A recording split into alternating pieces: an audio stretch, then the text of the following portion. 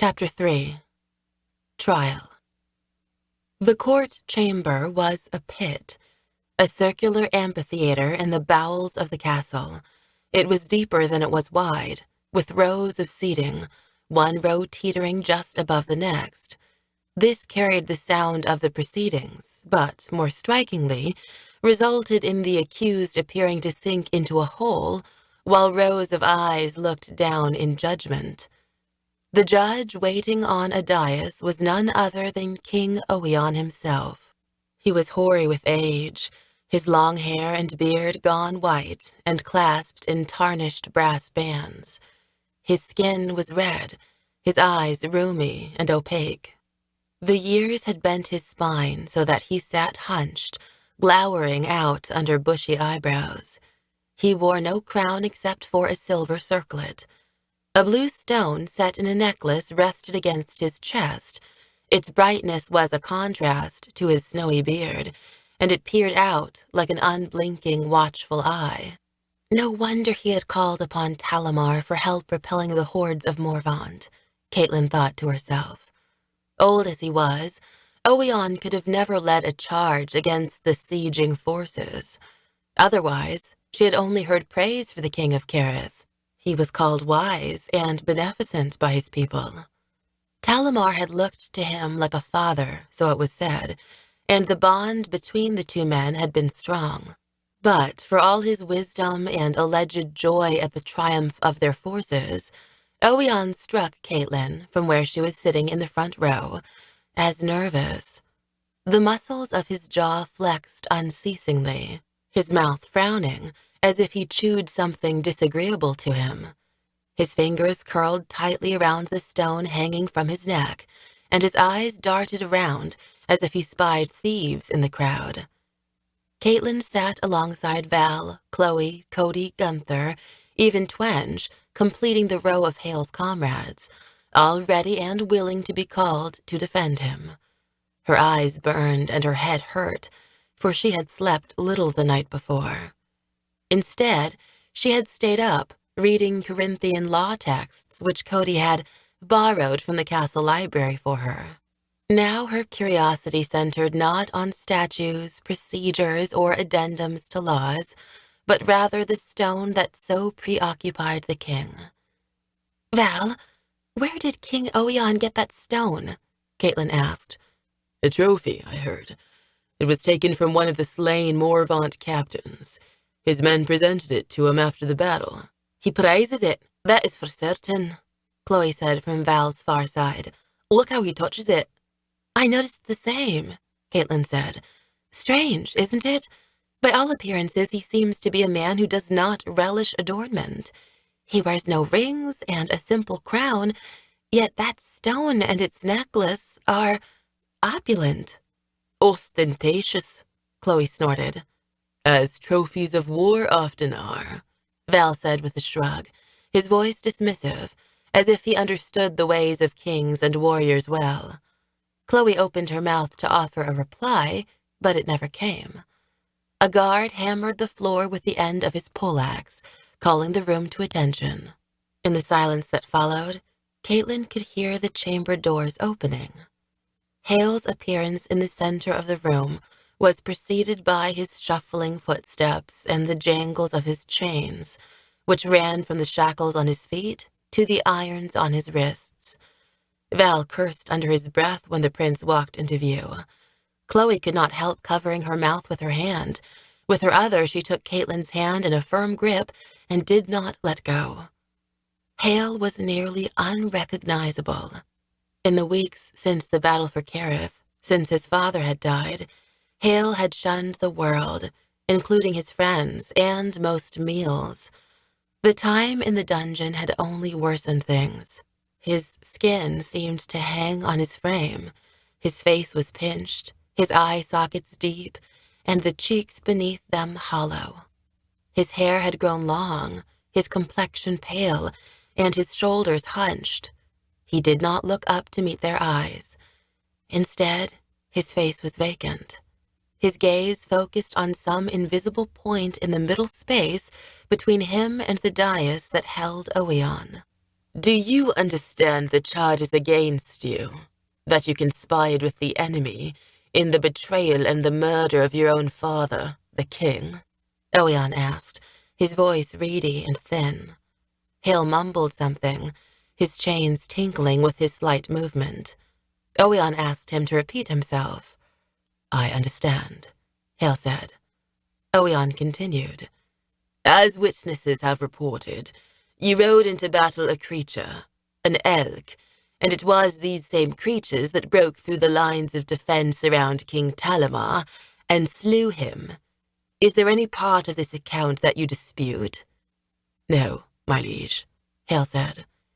Can you explain your association with these beasts?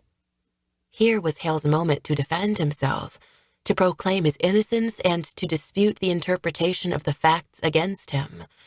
Caitlin rose to the edge of her seat and felt a tremor in Chloe's hand. But Haille did not stand erect. He did not raise his voice so that it could echo through the chambers. Instead, his voice was but a murmur. He shook his head as if confused, and attempted to wipe a bead of sweat from his temple, but his chains caught, and his hand stopped short. I can only offer that the beast I knew was of a different nature, a different disposition from the others I saw on the field that day.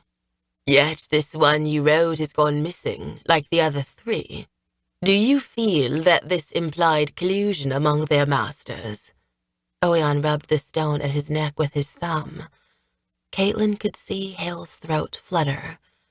I do not know if these beasts have masters, was all he offered. Do you claim that your own was tame? Now it was Caitlin who swallowed a lump in her throat. How did one explain all that they had learned of Adamantus, the elves, the Vorgs, all the many fantastical things they had witnessed on their journey in the past months? Even in Kerith, where myths were told around campfires and with more fervor than in Antis, all Caitlin and her friends had seen would strain credulity. Haille was at a loss. Owain leaned forward. Are you conspiring with the Morvant? The room erupted into murmurs. Val's hand balled into a fist, and Chloe drew her own arm across him to keep him from rising up from his seat. Haille lifted his head for the first time, his eyes incredulous. No, I came to aid my father. Our messengers from Antis report that in previous weeks you had disappeared. Was this in order to liaise with Morvant's spies? Even the Corinthian nobles and army officers gasped with surprise at this accusation.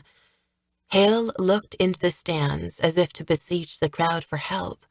Val shifted in his seat again. Only Corinthians are allowed to testify, Chloe reminded him. You will not help his case and only draw suspicion to us. Suspicion be damned.